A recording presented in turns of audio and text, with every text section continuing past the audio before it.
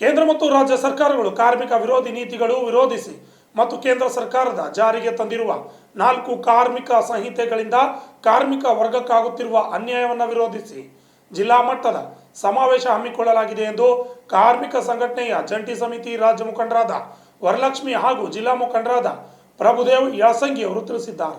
ನಗರದ ಪತ್ರಿಕಾ ಭವನದಲ್ಲಿ ನಡೆದ ಸುದ್ದಿಗೋಷ್ಠಿಯಲ್ಲಿ ಮಾತನಾಡಿದ ಅವರು, ಫೆಬ್ರವರಿ 1ರಂದು ನಗರದ ಜಿಲ್ಲಾ ಕಾಂಗ್ರೆಸ್ ಕಚೇರಿಯ ಮೊದಲ ಮಹಡಿಯ ಗಾಂಧಿ ಭವನದಲ್ಲಿ ನಡೆಯಲಿರುವ ಸಮಾವೇಶದಲ್ಲಿ ಕೇಂದ್ರ ಸರ್ಕಾರ ತಂದಿರುವ 4 ಕಾರ್ಮಿಕ ಸಂಹಿತೆಗಳನ್ನು ವಿರೋಧಿಸಿ ಮತ್ತು ರಾಜ್ಯ ಸರ್ಕಾರ ಅವುಗಳನ್ನು ಅನುಷ್ಠಾನಗೊಳಿಸುವ ರೀತಿಯಲ್ಲಿ ವರ್ತಿಸುತ್ತಿರುವ ರಾಜ್ಯ ಸರ್ಕಾರದ ವಿರುದ್ಧ ಫೆಬ್ರವರಿ 12ರಂದು ಅಖಿಲ ಭಾರತ ಮುಷ್ಕರದ ಯಶಸ್ವಿಗಾಗಿ ತಯಾರಿ ವಿವರಗಳನ್ನು ಕುರಿತು ಚರ್ಚಿಸಲಾಗುವುದೆಂದು ತಿಳಿಸಿದರು. ಸಮಾವೇಶದಲ್ಲಿ 200ಕ್ಕೂ ಹೆಚ್ಚು ಜನ ಕಾರ್ಮಿಕರು ಮತ್ತು ಮುಖಂಡರು ಭಾಗವಹಿಸಲಿದ್ದಾರೆ ಎಂದು ಹೇಳಿದ್ದಾರೆ. ಆಮೇಲೆ ಎರಡನೇದು ಮಿನಿಮಮ್ ವೇಜ್ ನಿಮಗೆಲ್ಲ ಗೊತ್ತಿರೋ ಹಾಗೆ ಲಾಸ್ಟ್ ಟೈಮ್ ಎಲ್ಲ ನಾವು ಪ್ರೆಸ್ ಮೀಟ್ಗಳು ಮಾಡಿದ್ದೀವಿ. 30,000 ರೂಪಾಯಿಗೆ ಕರ್ನಾಟಕ ರಾಜ್ಯದ ಕನಿಷ್ಠ ವೇತನ ಪರಿಷ್ಕರಣೆ ಆಗಿತ್ತು. ಹೈ ಸ್ಕಿಲ್ಡ್ ವರ್ಕರ್ಗೆ ಮತ್ತು ಸೆಮಿ ಸ್ಕಿಲ್ಡ್ 23,000ರಿಂದ 30,000 ರೂಪಾಯಿ ಆಗಿತ್ತು. 7 ವರ್ಷಗಳ ನಂತರ ಸಿದ್ದರಾಮಯ್ಯ ಅವರು 2016-17 ಇದ್ದಾಗ ಮಿನಿಮಮ್ ವೇಜ್ ಪರಿಷ್ಕರಣೆ ಆಗಿತ್ತು. ಆಮೇಲೆ ಆಗಲೇ ಇಲ್ಲ.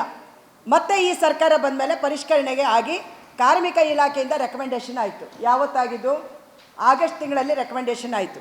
ಯಾರ್ಯಾರಿಗೆ ಎಷ್ಟೆಷ್ಟು ಕೊಡಬೇಕು. 5,000 ರೂಪಾಯಿ ಇನ್ಕ್ರೀಸ್ ಇತ್ತು. ಇಟ್ಸ್ ಗುಡ್ ವೇಜ್ ನಮ್ಮ ಪ್ರಕಾರದಲ್ಲಿ. ಅಟ್ಲೀಸ್ಟ್ 5,000 ಆದರೂ ಇನ್ಕ್ರೀಸ್ ಆಗಿ ಬರ್ತಾ ಇದೆ ಅಂತ. ಈಗ ನಿನ್ನೆ ಲೇಬರ್ ಕಮಿಷನರು ಸ್ವಾಮಿ ಇನ್ನೂ ಇಂಪ್ಲಿಮೆಂಟ್ ಮಾಡಿಲ್ಲ ಅಂತ ಕೆಲವರು ಲೆಟ್ರ್ ಬರೆದ್ರೆ ರೈಟಿಂಗಲ್ಲಿ ನಮ್ಗೆ ಉತ್ತರ ಕೊಟ್ಟಿದ್ದಾರೆ. ರೈಟಿಂಗಲ್ಲಿ ಏನಂತ ಗೊತ್ತಾ? ವೇಜ್ ಕೋಡ್ ಏನಿದೆ, ವೇಜ್ ಕೋಡು ಬಂದಿರೋದ್ರಿಂದ 1948ರ ಕನಿಷ್ಠ ವೇತನ ಕಾಯ್ದೆ ರದ್ದಾಗಿದೆ.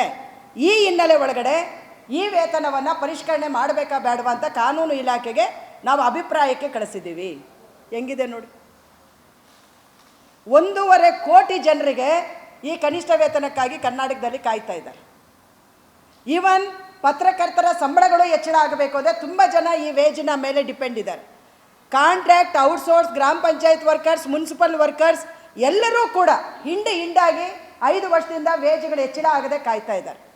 ನಾವು ಇವತ್ತು ಬರುತ್ತೆ ನಾಳೆ ಬರುತ್ತೆ ಅಂತೇಳಿ ನಾವು ಕಾಯ್ಕೊಂಡಿದ್ರೆ ಇವತ್ತು ಅವರು ಕೊಡ್ತಾರೆ ಈ ರೀತಿಯಲ್ಲಿ. ಯಾವುದು ಸಮಾಜವಾದ? ಯಾರು ಕಾರ್ಮಿಕರ ಪರ?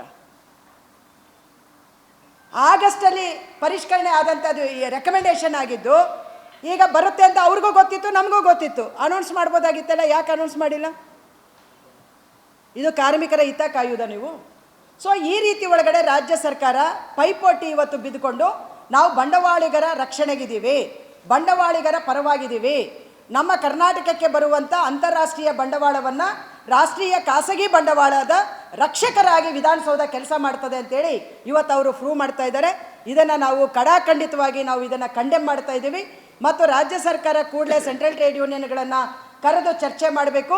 ಇಲ್ಲಾಂದರೆ 12ನೇ ತಾರೀಕು ಮುಷ್ಕರ ಭಾರಿ ದೊಡ್ಡ ಪ್ರಮಾಣದಲ್ಲಿ ನಿಮ್ಮ ಸರ್ಕಾರದ ವಿರುದ್ಧನೂ ಕೂಡ ತಿರುಗತ್ತೆ ಅನ್ನುವಂಥ ಮಾತನ್ನು ಹೇಳಿ ನನ್ನ ಮಾತನ್ನು ಮುಗಿಸ್ತೀನಿ. ಉಳಿದ ಸಂಗಾತಿಗಳು ಮಾತಾಡ್ತಾರೆ.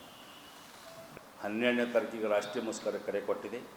ಅದರ ಭಾಗವಾಗಿ ಇವತ್ತ ಪತ್ರಿಕಾಗೋಷ್ಠಿಯ ಕರ್ತಕ್ಕಂಥ ಉದ್ದೇಶ ಏನದ, ಆ ಒಂದು ಮುಷ್ಕರ ಭಾಗವಾಗಿ ಪೂರ್ವ ಸಿದ್ಧತೆಗಾಗಿ ಇದೇ ತಿಂಗಳು ಫೆಬ್ರವರಿ 1ರಂದು ಏನು ಗಾಂಧಿ ಭವನದ ಹಿಂದಿ ಪ್ರಚಾರ ಸಭೆಯ ಗಾಂಧಿ ಭವನದಲ್ಲಿ JCTU ಜಿಲ್ಲಾ ಸಮಾವೇಶವನ್ನು ನಡೆಸ್ತಾ ಇದ್ದೀವಿ. ಮುಷ್ಕರ ಭಾಗವಾಗಿ ಆ ಒಂದು ಕಾರ್ಯಕ್ರಮದ ತಯಾರಿಗಾಗಿ ನಡೀತಕ್ಕಂಥ ಒಂದು ಸಮಾವೇಶದಲ್ಲಿ ಎಲ್ಲ ಕೇಂದ್ರ ಕಾರ್ಮಿಕ ಸಂಘಟನೆಗಳು, ವ್ಯಾಪಾರಸ್ಥರು, ಸಣ್ಣ ಪುಟ್ಟ ಕೈಗಾರಿಕೆಗಳು, ಅಸಂಘಟಿತ ವಲಯದ ಸಂಘಟಿತ ಎಲ್ಲ ಕೈಗಾರಿಕೆ ಕಾರ್ಮಿಕರು ಎಲ್ಲರೂ ಆ ಒಂದು ಹೋರಾಟದ ಆ ಒಂದು ಸಮಾವೇಶದಲ್ಲಿ ಕಲಬುರಗಿ ಜನತೆ ಹೆಚ್ಚಿನ ಸಂಖ್ಯೆಯಲ್ಲಿ ಬರಬೇಕಂತಕ್ಕಂಥ ವಿನಂತಿಯನ್ನು ಕಲಬುರಗಿ JCT ಪರವಾಗಿ ನಾನು ಮಾಡ್ಕೋತೀನಿ.